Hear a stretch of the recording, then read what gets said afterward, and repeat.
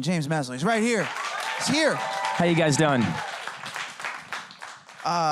Congratulations. I want to get in. We're going to get into it in a minute and talk about that video and talk about that song. Cool, we got cool. a lot of stuff to talk about. We got plenty of time to get to it. First thing I always like to ask whenever I have a guest here is, how are you? How are you doing, man? That's a nice thing to ask. Very polite.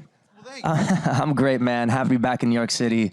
I love this city so much. And just everything I'm doing right now, it's exciting. You know, it's just a really exciting time. How long you been floating around in New York City? You been here a couple of days now? Yeah, just a few days. I came in, did Watch What Happens live on Monday, and just a bunch of some cool stuff, you know. You were born here. You didn't grow up here, I don't believe, though, right? You were born here. Correct, yeah. You always had like, a soft spot. Of right? course. Born in Newark Hospital, on like 73rd.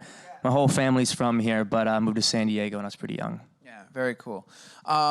Speaking of traveling, going all over the place, not too long ago, you were over in Mexico City. You just put a new YouTube video up of how things were going on over there. You did your first solo show over there. Talk a little bit about playing over there and what that was like and what that trip was like, man. It was crazy. I did a little run in Europe, kind of as like a promo tour, so we kind of got our feet wet. But yeah, the first kind of big show was in Mexico City at a place called Plaza Condesa. And it was unreal. I didn't know what to expect. And there were people waiting at the airport, 100 people waiting at my hotel, and then thousands of people showed up to that show. So it was just pretty overwhelming, the type of support that I have down there. Is there a nervousness going? Is there a hesitation about what does the crowd expect? What are their expectations based on what they know about James Maslow and why they're there and bought that ticket? Yeah, of course, a lot of people were wondering, how is this show going to be different from my old band? And there's just no real comparison. Yeah. The old band was totally 4 of us, and by the end of that run, we were doing like 3-story stages and amazing pyrotechnics, and all that's amazing. But what I try to convey on this album, and what I'm trying to convey for every show that I play at this point, is that as cool as that wasn't 100% me. Right. That wasn't exactly how I enjoyed singing the type of music that I like to do. And so I really been focusing on just that, being able to sing the way that I can and that I do and love to. And of course, we have some dance aspects and all that, and we're stepping up production. But what was cool is that so far people have really dug it. They've resonated with it. For sure. I mean, the record's been out for a minute now, and people are really into it and really responding to it. You mentioned backstage, chapter 2, you're making it happen, you're putting it together. So you're in this process that a lot of artists go through. That can be a very challenging process, which is sort of like re-educating your fan base about what it is that defines you as an artist. Has that been more challenging than you anticipated? Is it going more smoothly than you anticipated? How are you feeling so far? I don't know if I can kind of rate that or weigh that. Yeah, it's hard to say thus far. Ultimately, I could have put out music a long time ago. I was even talking to one of my homies about this yesterday. I mean, like, like when I did Dancing with the Stars, for example, there was so much press around that. Yeah, would it have been ideal to put out a song? Maybe, but not if it wasn't right, not if it wasn't good enough. And I'm psyched that I waited until I figured out exactly how I want to sing, how I can sing, and develop that. That stuff takes time, and then put out a record now exactly how I want to. That's why I call it How I Like It. I was going to say, I love even the title of it is sort of a nod to that very notion. Sure, it's the title song, there's a track on there, but this is, I imagine, how you want to do it. This is how you want to sound. This is James Maslow. I mean, at least the beginning of it, man. I mean, that's why I did an LP. It's a taste of a lot of different vibes that I love. And so, kind of back to the question, re-educating my fan base, listen to the record, and then listen deeper and realize there is a lot of personal stuff in there. A lot of metaphor in there as well, but yeah, this is just the taste. And I think that the majority of my fan base has grown up with me and are excited about the fact that it's real music. And there's some sexy songs, there's some darker songs, but none of it is put on. It's all 100% me. Yeah, it's a very genuine album, and there is a great sort of ride to it. You mentioned your European tour, the little thing that you did there to kind of get your feet wet. So you've been playing the music out live. You did the full show in Mexico City. How has it been bringing the music out of the studio onto the stage, and how's that process been going? I mean, there's nothing better. I think I'd probably argue that almost any musician would say that is the best part of being a musician, is getting to play in front of people, getting to see the reactions. And it's one thing when you play a song that, someone else wrote. And even though I did a lot of the music for BTR myself, there's still 4 different voices. And to a point, the topics had to be somewhat generic because it can only be so personal. We have 4 people singing something, and then I don't know. It's different now when also every single song. the target audience too is different, right, for that project. Yeah, of course. Not necessarily different, but a little more specific, maybe. Yeah, yeah. But it's one thing. It's cool when people are singing along with those songs. It's unbelievably cool now when people are singing along with songs that are this personal to me. Are you finding things changing or evolving as you're going from show to show within the songs? Are you guys finding new ways to approach new performance elements? And you're like, oh, this worked really well here this night. Let's do this over here and stuff like that. Yeah, well, that's part of it. Songs that I didn't really, maybe weren't my favorite on the record, all of a sudden are now my favorite playing live. Like even Fairy Tale. Fairy Tale I loved, and I wasn't sure if it was going to make the record. I'm glad it did, but now it's one of my favorite songs live. Fun track, yeah. Fun track. It's actually one of the first. I just sunk it on a CBS show coming up here. Oh, no way. Don't know exactly when or where, but it's funny how that's one that's standing out. But then in terms of production and how we do it, that is one dope thing about doing this on my own is I can do whatever the hell I want. Exactly. And it's so fun. If I want to just play piano for 3 songs, cool, I will. If I want to have a track, and I'm doing a thing now where like I'll be kind of rebuilding tracks live. So I want to bring in MIDI, I can do whatever I want. So cool. Well, I want to talk about that idea of doing whatever the hell you want because you're no stranger to the studio, obviously. You've been performing since like the womb, and then you have BTR, you do all these things. But coming into How I Like It, this is your project. What's something walking into the studio that you were very excited to be able to do? Because this is my project. One thing is like, I can finally do this thing, or I can experiment with this stuff now. I mean, one thing that was that's been remarkable, and I feel like I'm just getting my feet wet, is actually working on engineering a lot of my own music. Now, I've always produced and like, hey man, I want to find this sound, I want to do this thing, but when I worked with just a bunch of other producers where it was their job to create the track and my job just to do, lyric and melody, I found a huge disconnect. I was like, a song is not just one or the other, it's both. So it just became weird. It either sounded like that producer or sounded like my old band. And it took me stepping away from that completely and going and learning how to just create my own sound, most of which I did with my boy Doug Makuda, who I did, 10 of the 12 songs with this, we wrote and produced together, and it was actually him helping me learn to actually engineer, which is something that I'm just so excited about getting even better and better at every day. Yeah, it's one of those really fun, when you get really great at it and when you get like a ton of exposure to it and get to mess around with it, you feel like a mad scientist almost, right? Like you're mixing all these different elements and all these different things together and all these different techniques. Was there anything in particular that kind of like blew your mind? Like, oh, that's how this part works. I've just been over there singing it this whole time. I didn't realize this is what you guys were doing. I mean, I've always known how it works, right? But what's fun now is when you can do so much of this stuff at home. In fact, there were many tracks on this that I just did out of my place in Venice that ended up being the final tracks on this record. Oh, no way, really? Oh yeah, just on an SM57, just like a very basic. It's a $300 just dynamic mic, but it's the same mic that Michael Jackson cut Thriller on. Before they had all this fancy stuff. And so what's cool though is when you have the freedom to get into the production and like in the box and mess with stuff, you kind of realize like, yo, this compressor works way better on my voice. Mm-hmm. This mic chain is the best. My boy Steven Slate just gave me, I had no idea until recently, this blew my mind, that there's a microphone at Slate Digital that you can straight up pick any mic chain in the world just in the box digitally and create it. It'll emulate it into the box? Yeah. Dude, so I just started messing around with this. Actually, my boy Devin, who's here today, started messing around with this, just doing a Billie Jean cover that I'm going to put out soon with this mic chain. And it blew my mind. I wish I had this before I finished my record, because now I can like do one take. And like, for anybody who doesn't know, a mic chain is basically you sing through a microphone, that's one bit, then you go through like a preamp, then you can go through a compressor, whatever. There's like a whole chain of stuff. And all that stuff that yeah, that and sound. it can be crazy expensive. One mic can be 20 grand for a vintage thing. Yeah. And this one microphone basically can mimic any in the world. So like, I'm like a kid in a candy shop. My whole new system recording is so much doper. That's pretty incredible. We could easily go down the rabbit hole of talking about all the fun gear that you're messing. And all of them are like, yeah, we don't really want to hear about that. Exactly. We'll save that I'm for excited. later. But let's talk about so the first big single, "Cry," very powerful, very emotional song. We got a chance to watch the video, incredible video for it. How early in the process, because you said this record's been years in the making, how early in the process did "Cry" come into existence, and when did you realize that it was going to be the first single? Years in the making would include the hundreds of songs I wrote that I will never put out. All the crap I did wrong first was the first couple years in the making. But once I hit that sonic palette of where this album was going to go, the entire record was done top to bottom in about 6 months. And Cry was one of the very first songs that I wrote with Doug. Then we finished it up and went, yo, this is something special. This is cool. And I mean, single is kind of a loose term. I'm doing this independently, so I don't have a label dictating, like, here's one single, we're gonna go to radio right now. But the reason I put that out first, and like the first focus track, if you will, is because A, it was one of the first ones that made the record.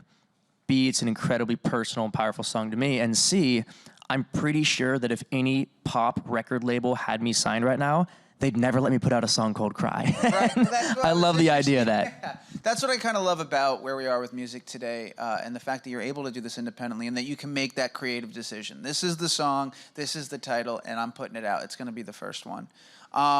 It caught the attention of Mission Save Her. You did the acoustic version with them. Talk a little bit about your work with that organization, how you got involved with those guys. Yeah, so it's a young but amazing organization, obviously trying to bring awareness to and combat human trafficking.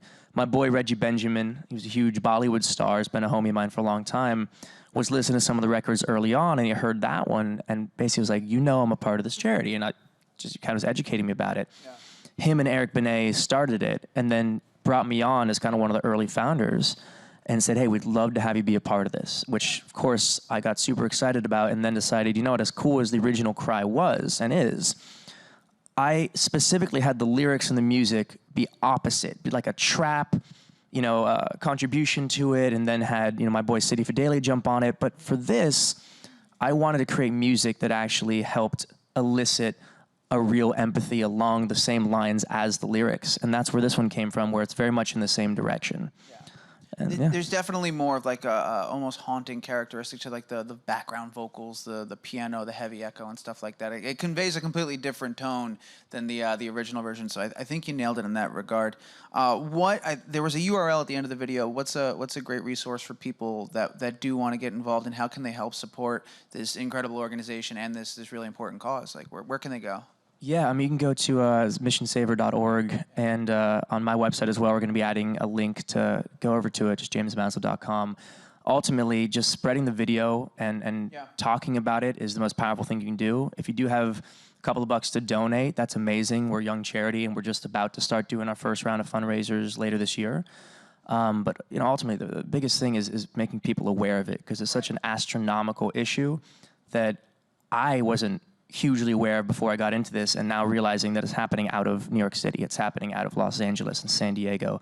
I think that's shocking enough for people to go, oh, wow, let me go do a little more research. Yeah, for sure. Well, I think sharing the video, you know, that one of the great parts about tying music to something like that, especially you taking that initiative and tying your song to it, is you do have a massive fan base. You do have these huge audience, and I think it's really a responsible thing to do. So I want to thank you for taking your responsibility in doing that. That was not a lot of celebrities would do that or go out of their way to shine a light on a cause like that, and so to that end of getting more eyes on it, raising awareness, you're going to be playing on an even more massive stage this fall.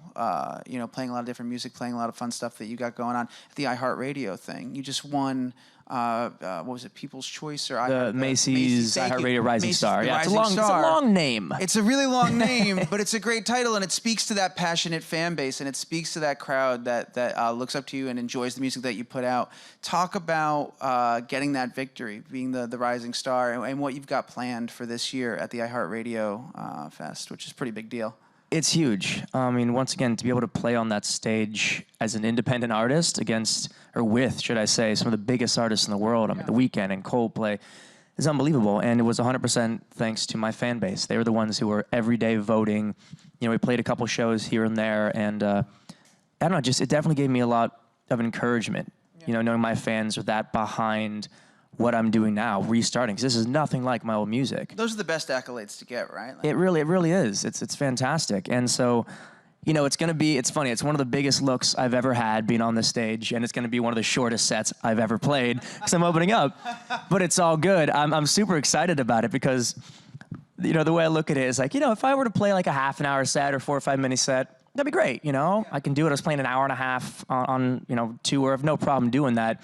But within an hour and a half set, even when I see my favorite artists, like, I go to the bathroom, I go grab a beer, like, I'm not watching every little second. My whatever it's gonna be, like 10-minute set, I want people captivated. I want that 10 minutes of people who have never heard my music, never seen anything, to go, holy crap, that's dope. Yeah. So I have this concept, and I haven't executed it yet, but we're gonna get in rehearsals, hopefully, probably early September.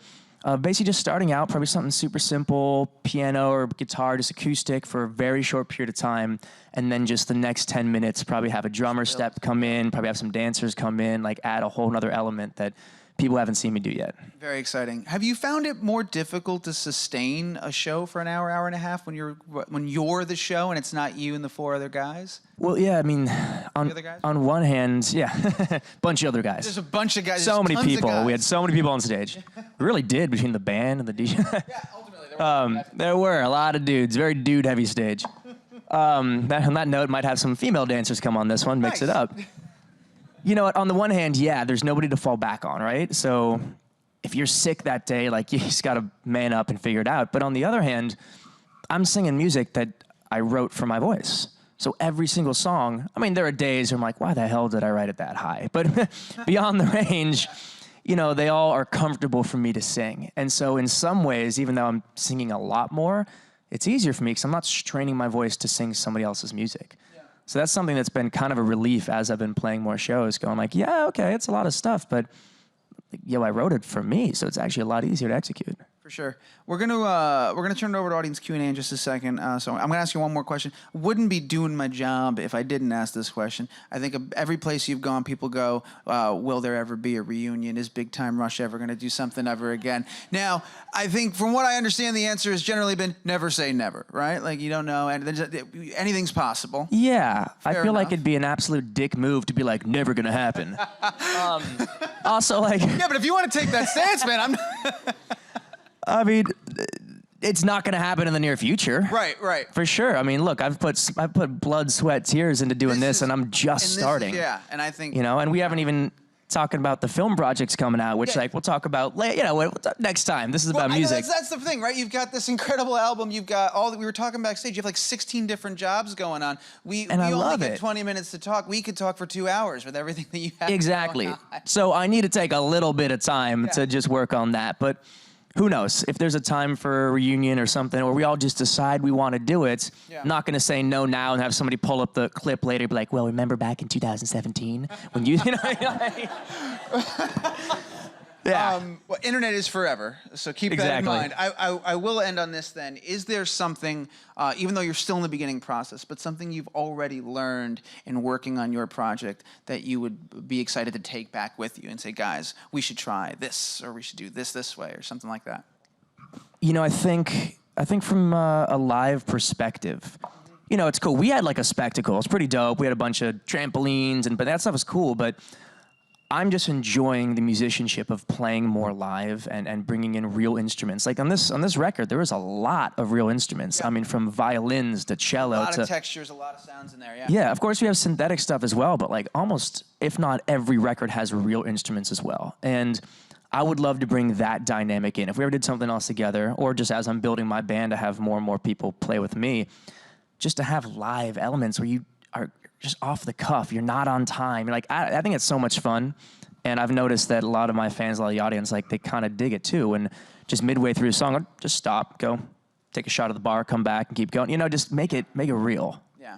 All right. I know I said we were going to go to audience Q&A, but you did remind me, forgive me. I really did dig this record, which is I don't mind. I enjoy talking with you. We can keep going. It's fine. But yeah, what are just some of the upcoming projects that you've got going on that we can look forward to seeing you and watching you in, man? Yeah, I mean, the one that's could probably come out sooner than later, but what's interesting is I don't know if it's going to be a film premiere or if they're going to turn it into a series, which has apparently been some heavy talks. Is a movie I filmed called Bachelor Lions, which is a lot of fun. It's action comedy. David Arquette plays my dad. Mitchell Musso play my co-star. Like it's something I didn't know what was going to happen with it, but I saw a rough cut recently. I'm like, okay, this is pretty dope. But like I said, don't know dates or anything. And then when it rains, it pours, man. I think on Saturday I'll be flying to Atlanta to start directly from here, which I didn't plan on, to start a new film. some really interesting roles I've been chasing that are completely against type, which is what every actor wants to do. Yeah, that's the fun stuff, right? So yeah, that should be some fun stuff coming up. Well, look, How I Like It, it's available now where good music is found, people, so get out there and listen to it if you haven't already. Countless number of projects coming up that you're working on, you're flying on now. And then we'll see you at the iHeartRadio music show, which is going to be huge. Just so much. Let's turn it over to the audience before we get out of here, guys. I think we have some microphones in the room. First question's right in the front. Hi. Hey. I don't want to sound repetitive, but where did you get the inspiration for your sound? Because I know there's a lot of sounds in the music industry. So did you like hear a certain sound and you were like, yes, that's my sound? Not repetitive at all. Great question. No, actually, kind of the opposite. I never once referenced another song or another artist immediately before I went in the studio. I think it's too easy to like accidentally copy something. Versus, I think a lot of this came from the music that I just grew up listening to. Michael Jackson, Donny Hathaway, Sam Cooke, people like that. I kept going, okay, there's not a lot of this in modern pop music, and I've always enjoyed more soulful music and running, and so it kind of, sometimes the song would start with a riff that I liked, and how do we make a song around that, or other times just on piano or guitar, but just about every song, if not every song from this record, started completely from scratch and just inspiration in the moment.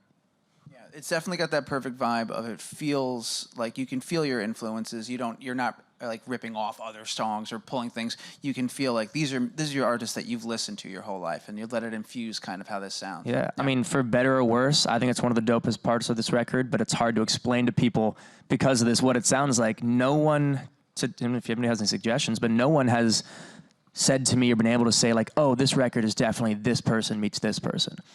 Which I think is dope, but once again, it's hard to explain to people what the record's like. Like, just listen to it. Yeah, for sure. Next question's coming from our left, right here. Hi. Hi there. Would you ever consider doing a full-length acoustic album? Full-length acoustic album? Full acoustic. Yeah, I think at some point, for sure. I'll probably want to get another handful of singles and maybe another record under my belt, but then to release something of like my top 5 favorites and just do acoustic would be pretty dope, definitely. I believe we have time for one more question, and it's coming from right over here. Hi, my name's Medina. Hey, Medina. My question is, well, since you get to finally do your music how you like it, where do you pull inspiration from, and what comes first for you, music or lyrics? Yeah, I think it's different every time. I'd say the majority of the time it's music, to be honest. I like music to invoke the concept, and from there, just kind of run with it. It's difficult. It's always been difficult for me to go into a studio and go, yo, I've got this specific concept I want to write a song about. I mean, I do it all the time, but it never ends up becoming that concept. So I'll go in with a super specific concept, and then it's something completely different. But anytime that I just start, usually on piano because I'm more comfortable, but sometimes guitar, it kind of just rolls off from there. Regrettably, James, that's our last question. We're out of time. As I said, you and we could talk for hours, man, about everything you got going on. But we will off air. It's all right. We got to wrap it up. I want to thank you guys for your awesome questions, and thank everyone tuning in at home. Missionsaver.org. Everybody check it out. Get involved and help out. The new album, How I Like It, available everywhere. You can find some great music. Everywhere. Everywhere. And ladies and gentlemen, one more time, make some noise. James Maslow. Thank you guys so much. Hardest working Appreciate man it. in show business.